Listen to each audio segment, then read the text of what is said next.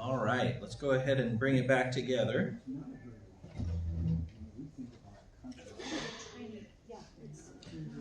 So where did we notice the law in these chapters that we read for this past week? Mostly about Solomon. I'm going to say on page 509. 509. The Lord told the Israelites not to intermarry with others. So I think that law was broken. Yeah, so Solomon has many foreign wives, and he is worshiping their gods, right? He's being turned against them. And so this word comes to Solomon. Since this is your attitude, and you have not kept my covenant and my decrees, I will most certainly tear the kingdom away from you and give it to one of your subordinates. So there's the law. There's a little bit of, I don't think I'd quite call it mercy or gospel, but there's a little bit of lessening of law when he says, for the sake of David, I won't do it during your lifetime. It'll happen after you. But that's still the law. Even the law has a form of mercy that's not the mercy we mean when we talk about the gospel. Letting the sentence off a little bit, but it's still in the realm of the law. Yeah, good. Where else?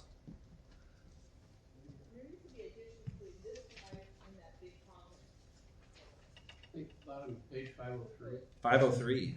Bottom of 503. What do you see? Would anyone wrong their neighbor? The last paragraph there. Yeah, so when anyone wrongs their neighbor and is required to take an oath, they come swear the oath before you, your altar in this temple. Hear from heaven and act. Judge between your servants, condemning the guilty by bringing down on their heads what they have done, vindicating the innocent by treating them in accordance with their innocence. Yes, that is exactly the function of the law. This is in Solomon's, which very interesting. We're going to look at a little bit more. Very interesting prayer in the dedication of the temple. Like, what is the temple for? And in general, not the law, which is interesting, actually. In general, it's mercy. But this is the law here. You are exactly right. Yeah, good. Where else do we notice the law? I think even down further in there in the third paragraph in the last line, forgive and act, deal with everyone according to all they do. Ah, yes. So in the middle of page 504 now, he says, forgive and act. So forgive, we have gospel there. Deal with everyone according to all they do, since you know their hearts, so that they will fear you all the time and they live in the land you gave our ancestors. So deal with everyone according to all they do. That's, again, the law. What we call justice, right? People getting what's deserved. Those who are trying to cheat, not being allowed to cheat, and those who are being wronged, being delivered from the wrong, right? This is we talk a lot about justice, and that's essentially what we're talking about. Yeah. What else? Well, on page 505, they're asking, forgive your people, they have sinned against you, forgive all their offenses they have committed against you, and it goes on and on about their sinfulness, and God will take care of them and forgive them. Yeah, when the people have been taken away from the land and they turn towards this place where you are making your name known, hear their repentance from their sin and forgive them. So I would say, I guess the claiming that they are sin, that is the law, but the plea for forgiveness is actually leading to the gospel now, right? That this is a place of mercy primarily. Yeah. I think through the whole story, though, because law was broken, then God estranged himself from those people. Yeah. Because of all that. Yeah. So, and really this is a story. So the comment was, because the laws are broken, God is estranged from the people. And that's right. And that's the rest of what we're reading is going to be sort of a consistent increasing of that estrangement with a couple bright spots, but for the most part, it's going to be increasing estrangement until finally, when we get to the end of this book in 2 weeks, which we won't meet before that, there will be no northern kingdom of Israel and there will be no southern kingdom of Judah. It will all have come to an end. And that's where this ends. Yeah. They keep remembering the promise. Yeah, so there's this promise keeps being reiterated. And the promise to David, which is carrying on even though Solomon's not being loyal to it, right, as we've heard. That God is still, even when God is rightfully punishing, God is a little bit soft in that even. It's like, for the sake of David, I will wait, but I am really mad, God says. Yeah. But I'm going to delay it a bit. Yeah. Especially after all he did in Egypt. Yeah. I mean, he did so much for them. Yeah. Yeah, especially after all God did for them in Egypt. Did you notice that line when Jeroboam, the northern king, he builds the golden calves? And do you remember what he says? Behold, Israel, the gods who led you out of Egypt. Which is exactly what Aaron says when he makes the golden calf in the wilderness. It's the exact same thing happening again. Mm-hmm. For different reasons this time. But yeah. Mm-hmm. Where do we notice the gospel?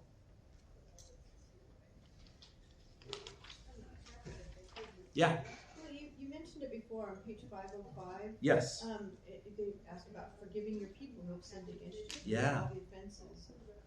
That was significant. Yeah. So this whole prayer of Solomon in front of the temple. So it's interesting because we talked about, was it last or a couple weeks ago in the sermon, when David wants to make the temple, and you get the sense that God doesn't really want a temple. Like God's just not all that interested.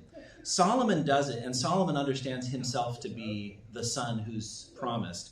And he even tells, so I'm looking at the bottom of 502, top of 503, when he sort of gives this little speech about it. He recounts what God says to David, but he doesn't recount it quite exactly as it's there in David, right?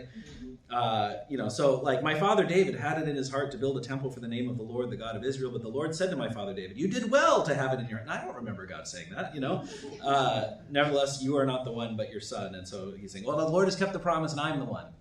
I'm the son who's promised.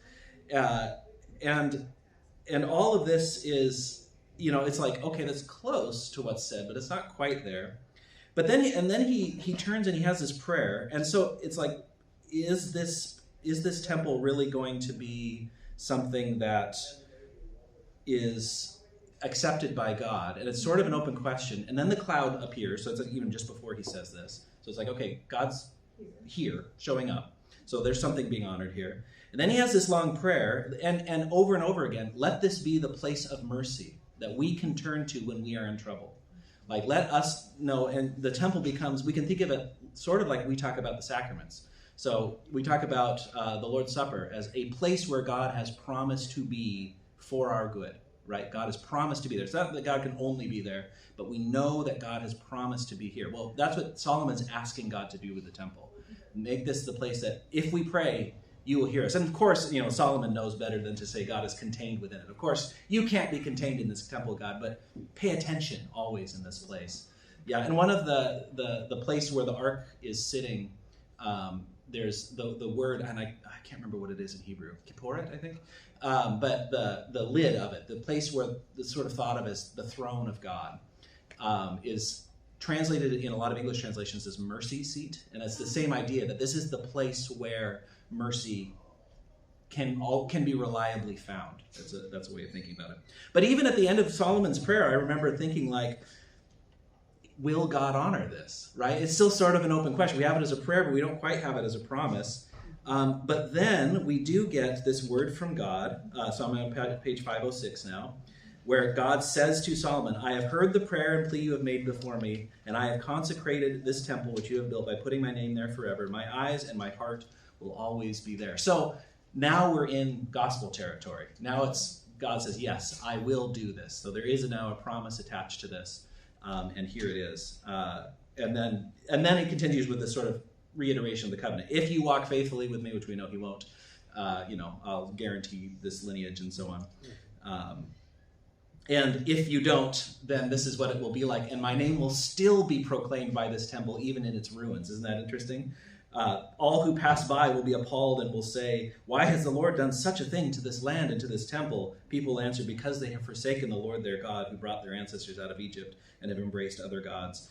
So like even if, that this temple will be a witness to God's name, one way or the other, whether it's everything's going well or if everything goes badly, as by the end of the book here, it will.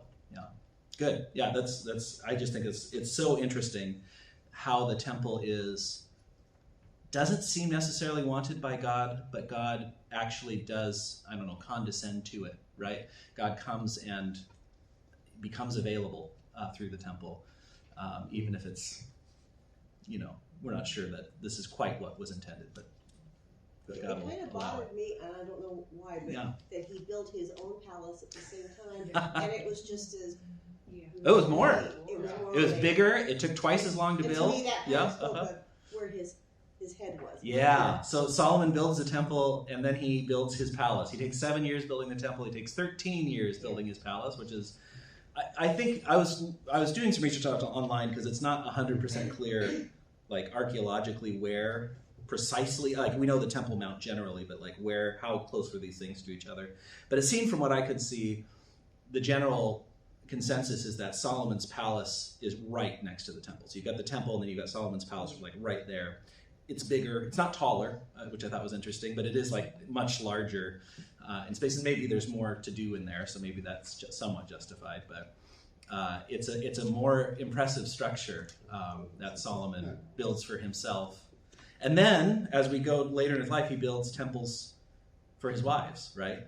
For their gods. So this is just a thing. Solomon's a builder. He likes to build, and he's very good at it. And he's got this kind of interesting partnership with Hiram of Tyre, this king who, immediately says, "Oh, I see the Lord has blessed you." And he almost feels like a car salesman to me a little bit there. Like he's sort of, making a business deal, and that's what they do. That they're in business for the entirety, or just about the entirety of Solomon's reign, it seems.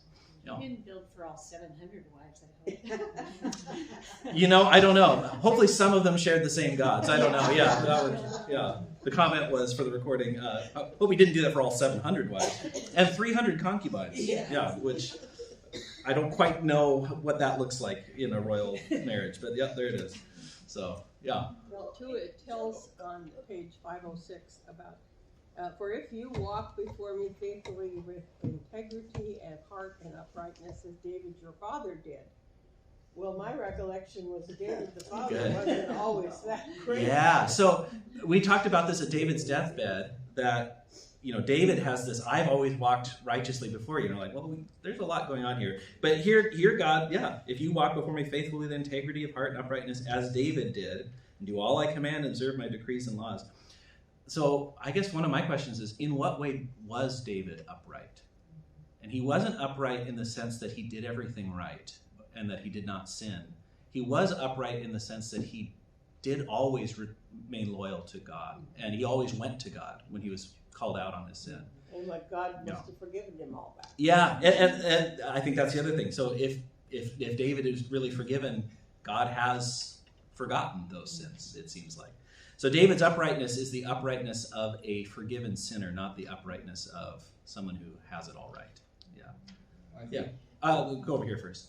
One thing that I thought was really interesting is that he had all these wives, he had all these concubines, Yeah. and in that culture, women were property, basically. Yeah. And yet he respected the Queen of Sheba. He met with her, he gave her things. Yeah. He respected her. Yeah, that's interesting. So Solomon's relations so he's got all these wives and concubines, and women are regarded as lower status, but when the Queen of Sheba comes, she's not his equal quite, but she's close to it, right? She's on the same level as him, even if he's more kind of marvelous than all the other kings of the earth. But she's a head of state. I mean, and I think thinking about Solomon's marriages too, these are state ceremonies, right? This isn't Solomon's personal marriages. This is alliances he's building. I mean, his first one was with Egypt, right? He marries Pharaoh's daughter of Egypt, which is itself a bit of a scandalous thing, right? Going back to Egypt.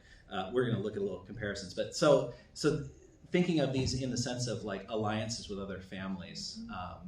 And I think in some way too, the sort of normal cultural rules don't apply at the top level, right?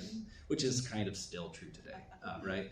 People just can get away with things. John, you were saying something. Well, I was just following up on that comment that the Lord made about David, and in 5:15, he just goes on and says again and says, "You have not been like my servant David, who kept my commands and followed me with all his heart." Yeah. I think that's what he keeps coming back. Yeah, so 5:15 here, where this is Jeroboam now, right? Yeah, this is Jeroboam, where God is basically mad at Jeroboam for building the golden calves. That's essentially what's happened here. And and uses David as the example of uprightness again, which again, what do we mean by uprightness? And it's not a strictly, what we'd say, a legal definition of uprightness. It's not righteousness only according to the law, but also righteousness of faith. So Paul makes this distinction in the New Testament. It's going to become a bit more clear. And Paul's point is, this is always how God has been. It's not like this righteousness of faith is a new thing that Jesus came up with. Like, it's always been this way. And he doesn't point to David specifically, but I could imagine him doing that. He points to Abraham, though. Abraham, he makes a lot of that same sort of idea. Yeah. He says that David followed him with all his heart. Yeah, David followed him with all his heart. Yeah, and I'd have to look at what the Hebrew there is exactly, but we have it in Deuteronomy, right? Love the Lord your God with all your heart, soul, mind, and strength. I imagine it's something very similar to that. Yeah. Forgiven sinners. Yeah, Forgiven I was sinners, that's right. wondering why they never gave the Queen of Sheba a name. Yeah, why isn't the Queen of Sheba Most named? royalty had a name associated Yeah, with that's Queen of Tyre. interesting. I don't know why. That's a good question. Why isn't she named? We also don't 100% know what Sheba is or where Sheba is. So I think that the kind of tradition is it's somewhere like sort of central Eastern Africa. So like maybe as far south as that, like where Ethiopia or even a bit farther than that would be. I read somewhere where it was Southwest Arabia. Okay, so we don't know. No. Yeah, so Southwest Arabia, you've read. There's a question Yeah. mark behind that. Yeah, exactly. And so it's not clear where she's from or where this is. It's also, when you're reading it, so a lot of the descriptions of Solomon's time sound almost like, I'm trying to think of what they sound.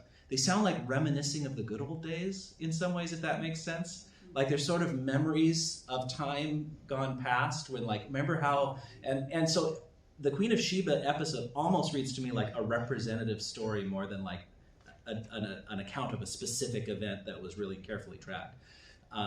It almost reads like somebody going through the royal records and seeing that, oh, there's this person, and they say, and look at all the spices they gave, because they make a big deal of like, no, never since have so many spices been brought in, you know. And so it's like, it almost feels like they're reading sort of through the bookkeeping, and they're sort of maybe whoever's putting this together sort of embellishing that a little bit to kind of bring out Solomon's material success.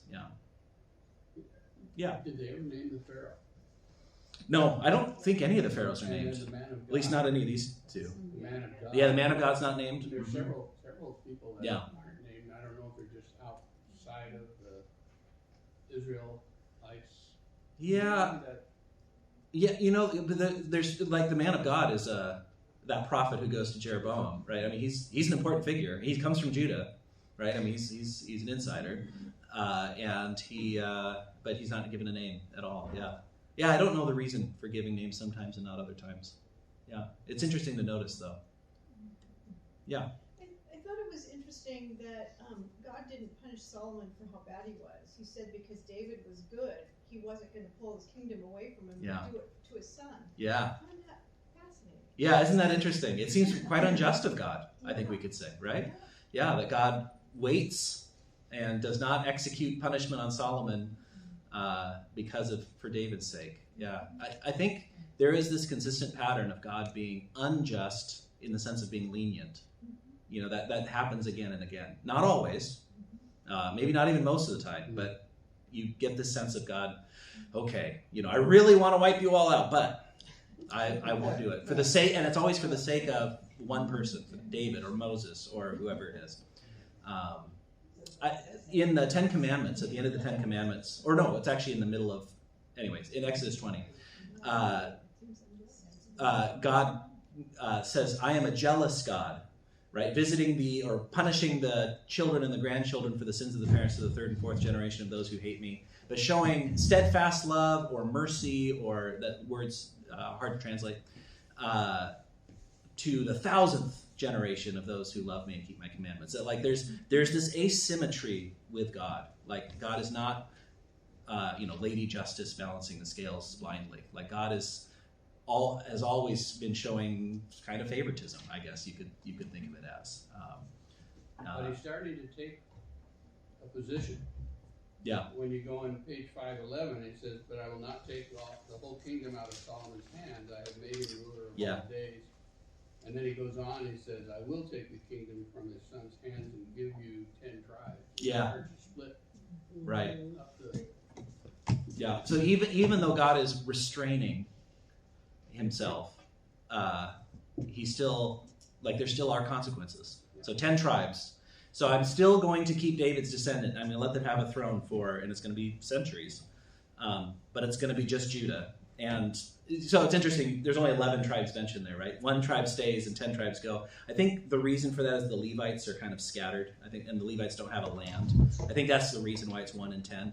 And I think the reality of it is a little more complicated than that, because at least a good chunk of Benjamin ends up being part of that southern kingdom of Judah as well.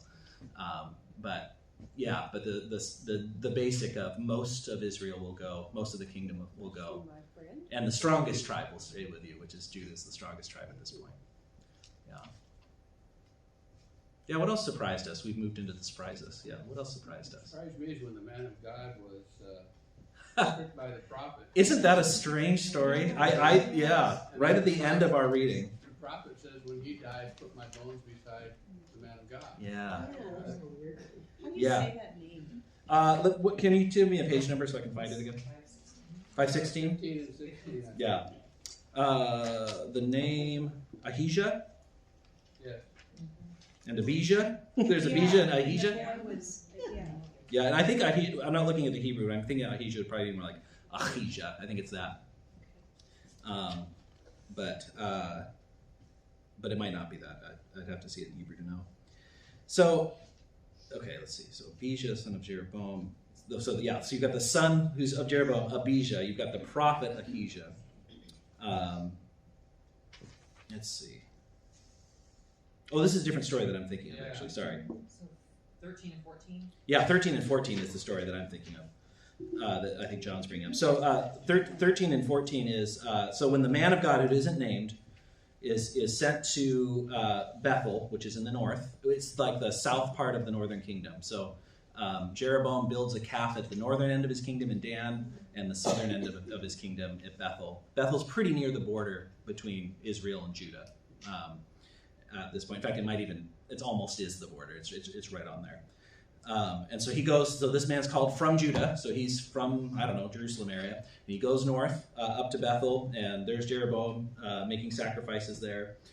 He gives this powerful word to Jeroboam. Jeroboam sees him, his hand withers, as a sign of that this really is the word of the Lord. It's healed and then he asked him to pray for him, and it's healed. But the man has a command, apparently, to return by a different road and don't eat or drink anything on the way. And he meets this other prophet, who's also, I don't think, given a name. And the other prophet invites him to come stay. And he says, well, no, I have this word from God. I'm not supposed to break it. And the prophet says, well, I'm a prophet too. It'll be fine, basically. And he doesn't say he has a word from God, although he sort of lies to him, too. He says, an angel told me you were coming, right? When it's his sons came and told him he was coming. So, he changes the story. He makes it seem like God has changed his mind. And then while they're eating, the prophet who invited him gets a prophecy from God saying, now you're going to be punished for disobeying the command that God gave you. So the one prophet has, I think, maybe unwittingly deceived this prophet and then becomes the instrument of his condemnation. He's killed by a lion who kills him and then sort of stands guard at the body, which is really interesting. Doesn't eat the body, doesn't kill the donkey. And then he goes and he buries him and then asks when he dies to be buried along with this man. So I get that as a sense of, if there's a point to be taken out of that story, one, the seriousness of obeying God, right? Especially as a prophet. Prophets have, if you're speaking for God, there's a higher level of accountability there. And then, I think this man realizes he's done wrong and he's wronged this man and maybe even feels somewhat responsible, even though he sort of excuses himself from it for what has happened to this other prophet. And so he wants to be buried together. So and the punishment is that he won't be buried with his ancestors. That comes up too. So when Jeroboam's the prophet is rejected and the prophecy comes, there won't be any males left, like basically a new dynasty is going to come in, except for the one son who does die, because he's the only one God finds any good, and he's the only one who gets to be buried. That the importance of where you're buried and how you're remembered. And even in that same one, they'll die in the fields and the birds will eat. There's this sense of where your bones are collected matters in a way that I think in modern times we tend not to give all as much regard to. Like we have a sense of that. Like we care where our relatives are buried and so on. But I don't know that we'd see that as, well, at least he had a good burial even if he died young. Like we don't weigh those the same. And I don't know if that's a cultural thing exactly, if that's how we understand that, but it's interesting to notice. Yeah. I know Laura has a question about. Should we wait till she's back in the room? Well, we could, Choir. but it was. Oh, she went to choir. Oh, she's gone now. Okay, she'll have to watch the video. About high places, like it says Yeah. in 5:13, Jeroboam built shrines on high places and he appointed priests from all sorts of people. Yep. So they were not. What high places? She was wondering where. Yeah. So what are the high places? So the high places are, and we've heard about them before. They are, mountaintops, hilltops, places that are understood to be close to the gods, the divine. So they're kind of natural worship sites. So people would, David goes and worships Yahweh at some high places because at the time it's not been centralized yet. And even when we read in Deuteronomy, there's like this line talked about how if you want to eat meat, then you need to offer the animal and sacrifice so that you can eat the meat of it. If the place I have chosen for my name to dwell is too far from you, so Jerusalem, you can go to one of there's like these sort of local places where you can go and have a Levite do these things. So there's sort of an authorized use of the high places, but in general they're sites where anything goes, where everybody's going up, and Jeroboam's appointing whoever he feels like to be priest. He's not following this Levitical thing. And they're setting up Asherah poles, and they're unauthorized worship sites. And Yahweh will be worshipped there along with all these other gods, as one among many. That's sort of the problem. So then Josiah kills all those priests. Yeah. So then there's this prophecy of Josiah coming. Josiah is the only king from this point on who gets a positive review. Yeah, and he's I think the third to last. Yeah, maybe second. Jeroboam, instead of praying for his son to be healed, to get better, sends his wife to find out what will happen to the son. Isn't that interesting? Yeah. So contrast Jeroboam to David. So Jeroboam and David both have this episode of their son is sick and dying. David's is younger, I think. I don't remember how old Jeroboam's is, but David goes and he lays before the ark in the tabernacle. Temple hasn't been built yet. He's in sackcloth and ashes. He's trying to intercede with God directly. Jeroboam sends his wife in disguise into Judah, which is really interesting. So not to one of the altars he's set up. He kind of knows that these are political expediences. But go to someone who's actually knows what's happening and just find out. So there's no sense of an ability to pray, to talk to God, to change God's mind, perhaps. Yeah, it's interesting to notice that different relation to God. Yeah. I wonder if they believed their bones were going to go to heaven, because I don't know where it is farther along, them bones and so on. Well, Ezekiel, we'll get into that. Yeah, it's in the next book that we're entering into. Yeah. So yeah, Because, I don't remember what week.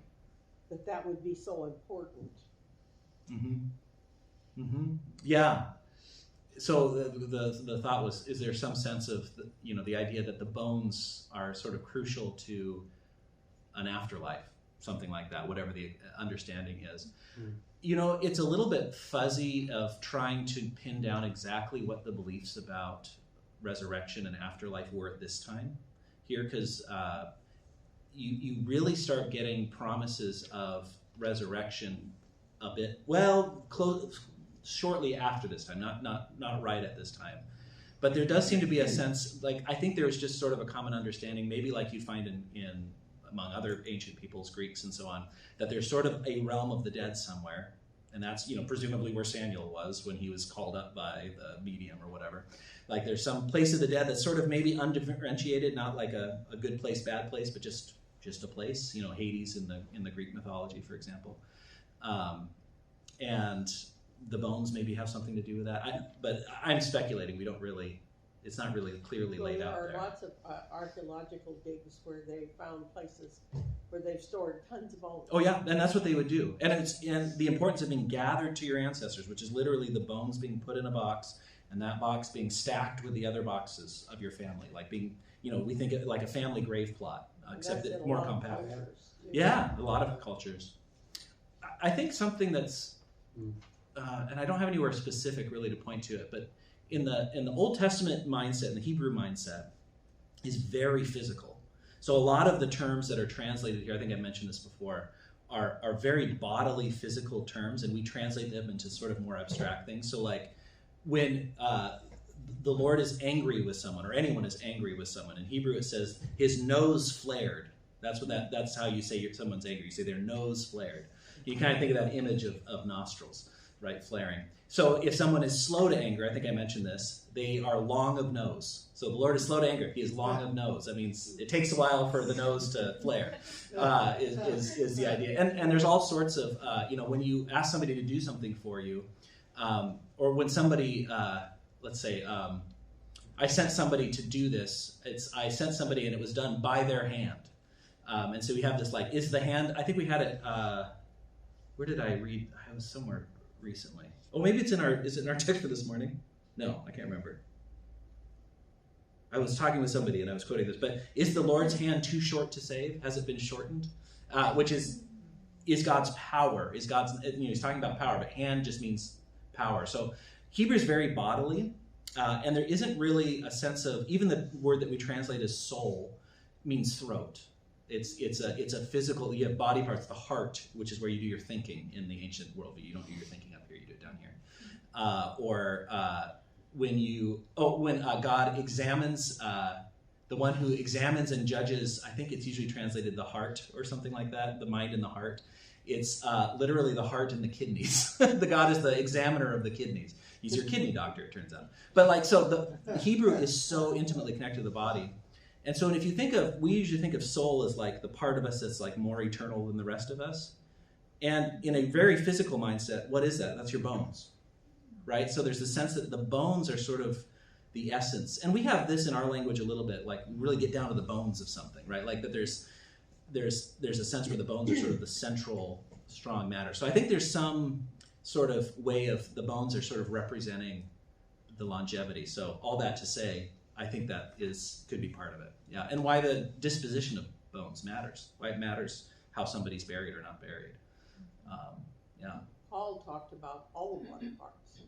Yeah, Paul uses bodily metaphors all the time. So does Jesus, actually, right? He talks about the eye. He talks about the ear. He talks about the heart. Yeah, the mouth. Yeah. I have a question.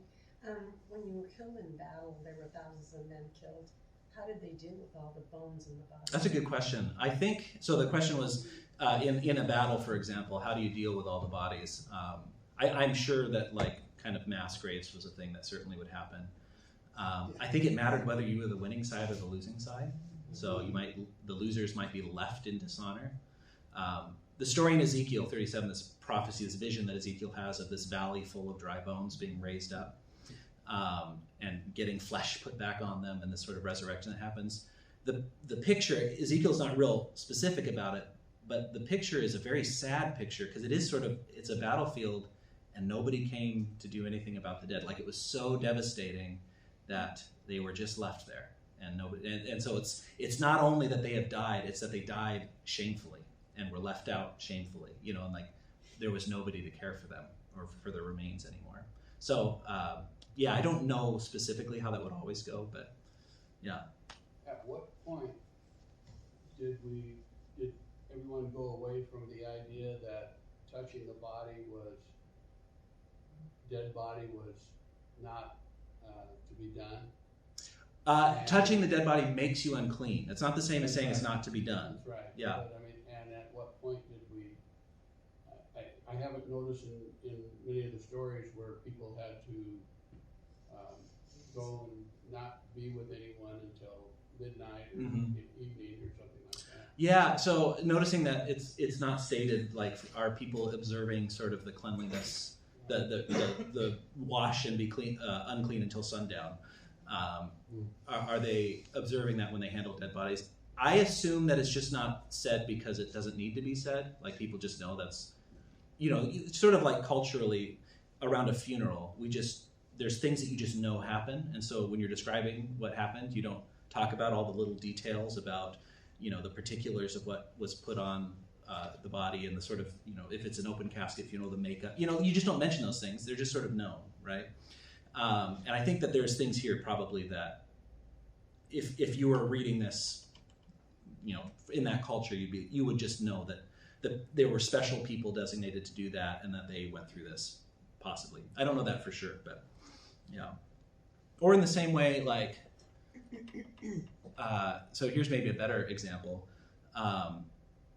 If I tell somebody about somebody having surgery, I don't need to tell you that the surgeon went and washed their hands 3 times and then put on a set of gloves, and then I don't know if they wash it. I don't even know what that all happens, but there's this intensive period of making sure there's no infection. These are just the procedures that happen and are normal. And so there are always sort of these cultural procedures around different things, and cultures always have them.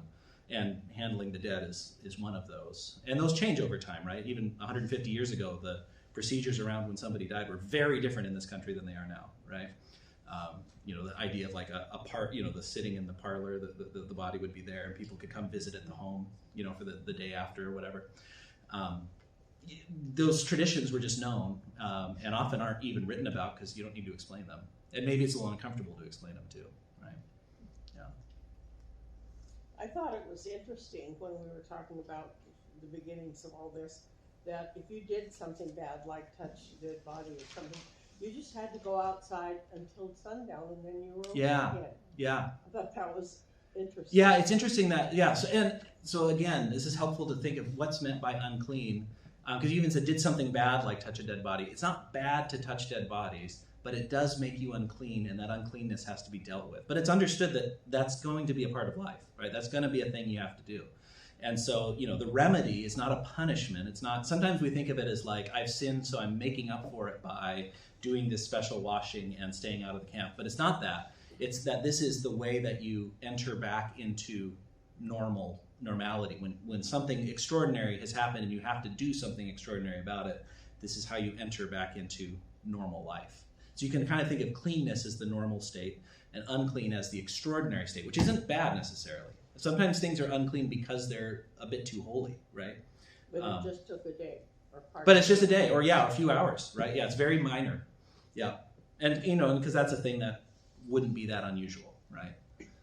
Handling when somebody had died. I mean, that's just, we have professionals that do that, but most of human history, you lose a family member, you deal with that, right?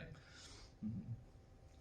On page 508, I have another surprise where I noticed the weight of the gold that Solomon received yearly was 666. Isn't that interesting? Yeah, we hear that and we're like, ooh, that's interesting. I like that number. Yeah, so Solomon gets 666 talents of gold every year or something like that. I can't remember what it was. Yeah. Yearly. Yeah, isn't that interesting? So in Revelation, that number comes up, and we've made a much bigger deal of it than it really is. And so that number has become understood to be an evil number or something like that. Probably the most convincing for Revelation is that it's a cipher for Nero's name, actually, because there's a way of, and because there's actually 2 numbers that are tested, 666 or 616, and the text is a little inconsistent. Both can be used for Nero's name in different languages, which is interesting. So, yeah. But. I also wondered in that, it was 508. Yep. They talk about, I'm not sure how to say it, almagwood? So much. Almagwood. I don't know what almagwood is. Okay. Yeah, it's something that's used and is precious, but I don't know what it is. Yeah. Somebody could look it up maybe in I those. looked it up. Yeah, what did you find? And it said that they thought it was juniper. Oh, okay, juniper. About juniper. Yeah, interesting. They talked about juniper and cedar being the logs that part of the temple is. Yeah. Yeah, interesting. Yeah, okay.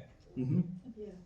And for us, wood, especially living where we do, not that you can see any trees, but there are trees on those hills on the other side of the fog. But, lumber is nothing to us. But in a place like Israel, lumber's a big deal. And like they have, there's some things built of olive wood, and that's like the kind of wood that's really prominent there, but you can't do a lot with olive wood. Like it's very pretty, right? But you're not going to build a house out of olive wood, right? Mm-hmm. And so they build with stones. I mean, you go there today and almost everything's built with stones. It's not built with wood. I mean, wood's involved, but that's not the primary building material like it is here, still to this day. Acacia wood gets mentioned. I don't know anything, That is either. the details of that, but yeah. And I don't know how closely the Lebanon cedars are to what we have cedar. Like, are they the same exactly, or are there differences? I don't know. I don't know the answers to that. A tree biologist would know. An arborist maybe, but I don't. Yeah, but the idea that, this cedar is a luxury item, and I think that's, cedar is special, but it doesn't feel like a luxury item to us in the way that it does here. Yeah. Mm-hmm. And Hiram got in early with that contract, and he really made a lot of money. He did pretty well, although he wasn't happy with the city Solomon gave him. Do you notice that at the end? Yeah. Yeah. So another thing about the temple that's really interesting is the fact that the temple is built primarily by foreigners. It's not built by Israelites for the most part. The Israelites are involved, but Hiram of Tyre is the primary supplier, and then there's this Huram of Tyre, which is a different person, although it's easy to miss because there's only one letter difference. Who is the main craftsman who builds all these things. And then there's special craftsmen brought in from Byblos, which is also in Lebanon, and they do other things to do all this building. So it's like they bring in specialists to build a temple, and you get the sense the model for this temple is not the tabernacle so much as it is the kind of temple you'd find in other nations. So just like they wanted a king like other nations, when they build a temple, they look to the other nations around them. What do their temples look like? And they make this comparison, which I think is really interesting. Yeah. All right, something I wanted to mention and bring up. So, as I was reading through the description of Solomon's reign, what I had kind of on background in my head was the law of the king that we looked at in Deuteronomy from page 284. So do you remember this? Let's just go back as a refresher here. So on page 284, it's the big paragraph that's set off, or it's two paragraphs, I guess, set off by itself in the middle. And remember, this is Deuteronomy is Moses speaking right before entering the promised land. And so Moses says, when you enter the land the Lord your God is giving you, and you say, give us a king like the nations around, be sure to appoint a king that God chooses, must be from your Israelites, not a foreigner. And then there's these restrictions. The king must not acquire great numbers of horses. How many times do we see Solomon's horses and chariots? Must not make the people return to Egypt to get more of them. Solomon's first marriage is an alliance with Pharaoh. Must not take many wives. Solomon, more than anybody, takes many wives. Must not accumulate large amounts of silver and gold. We just read the 666 talents of gold. So it's interesting that in the description of Solomon's reign, this is never mentioned. But if you read it through, it feels to me like it's alluding to it, like it's saying it without saying it. That like, here's Solomon and here's all this success, but remember, this is not what Moses said a king is supposed to be back in Deuteronomy. And especially, Solomon's the one who transitions from David's sort of more of a warlord or like a chieftain than a king. I mean, he's a king, but he's not established in the same way. Whereas Solomon builds all the trappings of a kingdom, right? Solomon builds the palace. Solomon builds a temple. Solomon has alliances with kings all around. Solomon has a fleet that's going out. This is the only time I know of when Israel has a fleet in the biblical world. For the most part, they are not seagoing people. And of course, it's a fleet that he's did with Hiram of Tyre. Him and Hiram are good buddies. It's going out and it's bringing back all this gold and all this other stuff every year. Like all of these things are portrayed as good things in the description of Solomon's reign, but then when you have that Deuteronomy law of the king in the background, all is not as it ought to be here. And I don't know why it's not more explicit, but it's interesting to notice. And so Solomon's wise, but he's harsh also. There's a lot of the Adoniram over the forced labor who comes to a bad end when Rehoboam comes in. He holds it, but he holds it by being very strong and cunning and making good deals, but sort of it can't survive him. Kind of being more political than benevolent. Yeah, I think that's right. More political than benevolent. Yeah. Mm-hmm. And on 496, at the beginning of what we read, it talks about God gave Solomon wisdom and very great insight and a breadth of understanding. as measureless as the sand in the seashore. Yeah. But he didn't use it, I guess. Well, so Solomon has this immeasurable wisdom, and you said, yeah, he didn't use it. He does use it, but he doesn't use it in the way he ought to, right? I mean, he's incredibly successful. But Do we ever hear about all his children with all those wives? I don't. There must be Not a lot of them. not all of them. Yeah, and who knows what these marriages were like. I have no idea. A thousand. I can't imagine. So I don't know. Yeah, were there the children of Solomon? I'm trying to remember. So Rehoboam becomes son. I can't remember if there's any talk of rivals like after Rehoboam going forward. We'll see as we read going on. So there may be a couple others, but I don't think so. It seems to be pretty. The lineage seems to be pretty thoroughly established and agreed on for the most part. There is going to be a bit of intrigue in places, but yeah. Yeah, any other final before actually, no. I'm going to actually just talk about what's coming up. So since we're not meeting next week or the week after, 24th and 31st, so we will finish this book over the next 2 weeks before we meet again, and we will start, I should have brought it over with me, but we'll start the next volume on the prophets. There are new bookmarks for the prophets. I've got a bunch up here, but they're also out on that table. Carrie had a bunch made out. So let me just say, give an intro about what we're going to be reading here. So you'll notice, and we sort of are in that part already, that so we've been taking a lot of time looking at individual kings' reigns and so on. It's going to start jumping really fast, and you'll get a paragraph, and this king reigned for this many years and then moved on. Kind of like we got in Judges, where sometimes in Judges it would move really quickly. That's going to be happening consistently from here.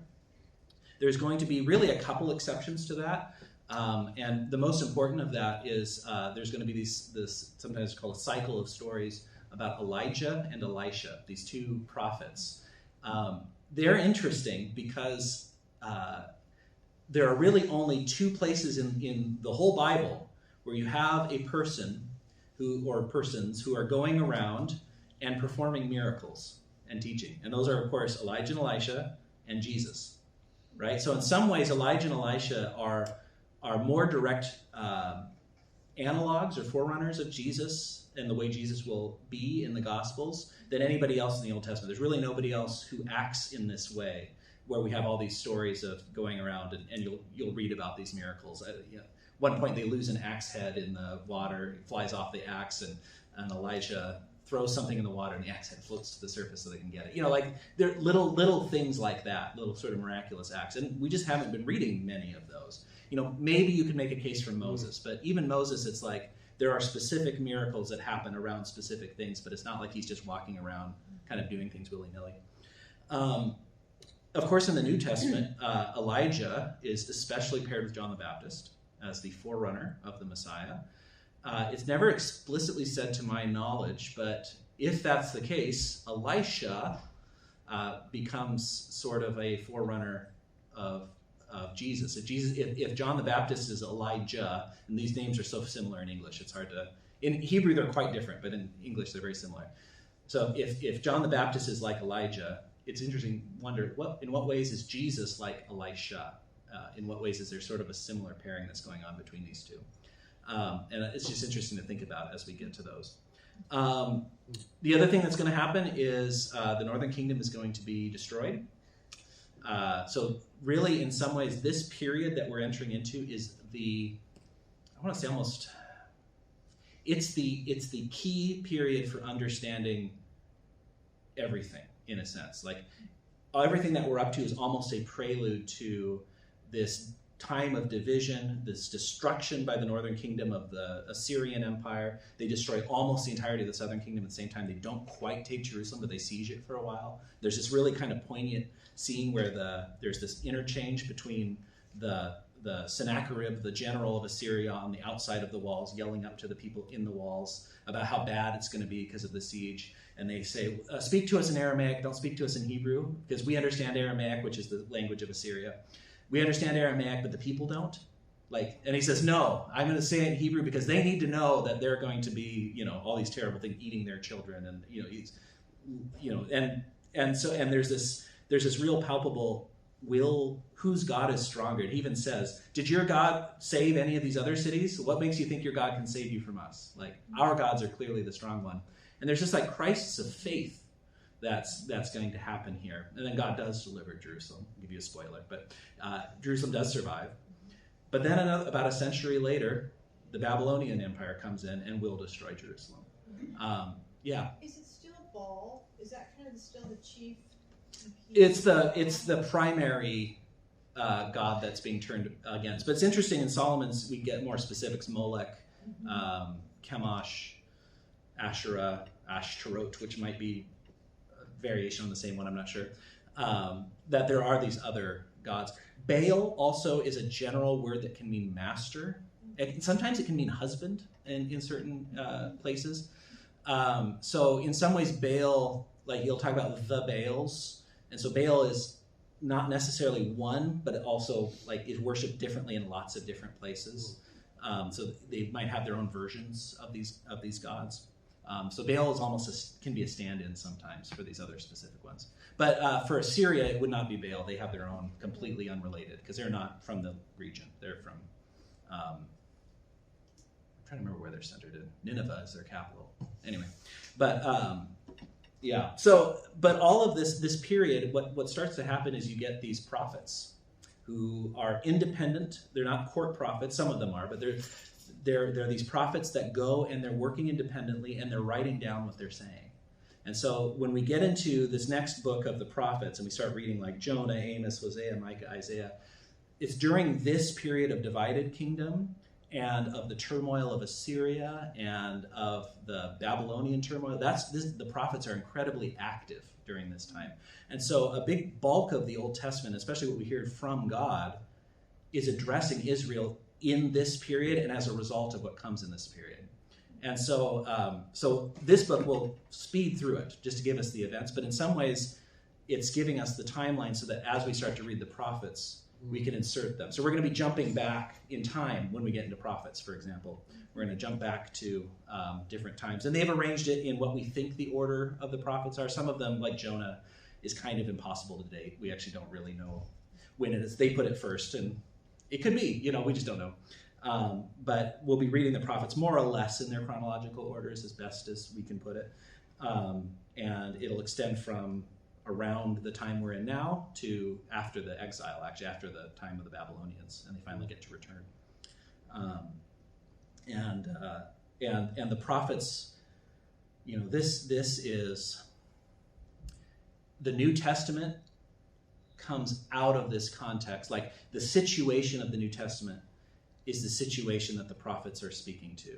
And so the people are clinging to promises that are given through the prophets, and the prophets are continuing to reapply the promise of David and interpret it. Now, there's not a David king on the throne, there's no throne, it's been destroyed. So they're now interpreting it and looking towards the future. And so God is promising, making a way, that there will be a voice, this is Isaiah, a voice crying out in the wilderness, make straight the way of the Lord, right? That there's these sort of calling outs in here. So we're entering a really sort of theologically rich time, if you want to think about it that way. So the character is going to change a lot once we get into that. So 2 weeks of the decline and fall of Israel and Judah, and then so weeks 15 and 16 on the green one, and then we will the first week of the new year we'll be reading what's week 1 in prophets. And so when we come back on the 7th, we'll have a lot to catch up on, to talk about. And you'll read Jonah, Amos, Hosea, Micah, and I think it's about a third of Isaiah, as I recall. So it's a lot, because a lot of these are fairly short books. Jonah's 40 verses. It's very short. Actually, we're going to have the entirety of the book of Jonah will be read at the Christmas Eve, or not Christmas Eve, the New Year's Eve Lessons and Carol service. So it'll be Jonah interspersed with Christmas songs, which is not the most expected pairing, but it's going to work out. So yeah. Any questions or any logistic things that need to be brought up? I was just thinking, if I heard you right, we're going to read this, but we're not going to discuss the rest of the book? Well, next time we meet is the 7th, and we'll be 1 week into the next one. Yeah. So we'll try and talk about. So I would say next time we meet, bring both books with you. Yeah. And I'll try and plan our time so that we can spend at least some time on this, but also we'll want to start focusing in on the prophets that we've read too. Will we have time to talk about Isaiah? Yeah, actually, we get 1 week, I think, where we only read Isaiah. Yeah, week 2 is like the second half, 2/3 of Isaiah. So yeah, we'll spend a good amount of time with Isaiah. Yeah, so Isaiah is one of the longest books of the Old Testament, actually. Yeah. All right, let me close this in prayer, and I'll send you out. Please be seated. No. Dear God, we thank you for speaking to us. Continue to keep us safe and sane during this Christmas and Christmas preparations and New Year's Eve and all of the things that are coming up. Continue to guide us as we read through this turbulent time in the history of Israel and Judah coming up, and open our hearts and our ears to hear and to wonder about what the prophets are saying to the people of their time and to us today as well. I ask for this and everything else you see that we need in Jesus' name. Amen. Amen.